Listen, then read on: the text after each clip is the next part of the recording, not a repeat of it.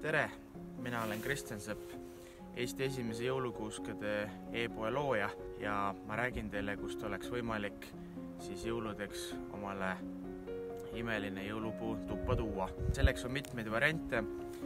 Esiteks võib endale kuuse koju tuua jõulukuuse istandusest. Teiseks RMK on loonud äpi selle jaoks, et saate metsast omale puu tuua koju või siis müügiplatsidelt. Metsast kuuse koju toomisel on kõige tähtsam see, et kuusk ei võetaks noorendikust.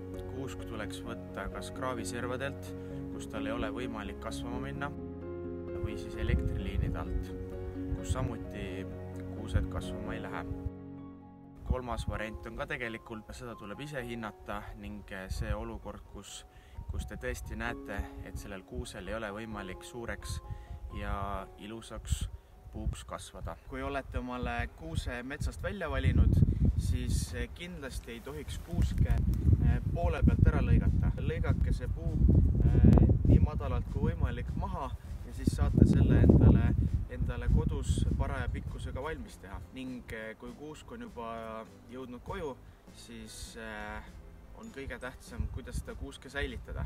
Kindlasti peaks jälgima, et esimesed paar päeva on kõige kriitilisemad, et vesi ei tohi otsa saada kuuse jalas ning kõige parem oleks, kui kuuse lähedal ei ole kütteallikat, siis kuusk säilib kõige paremini.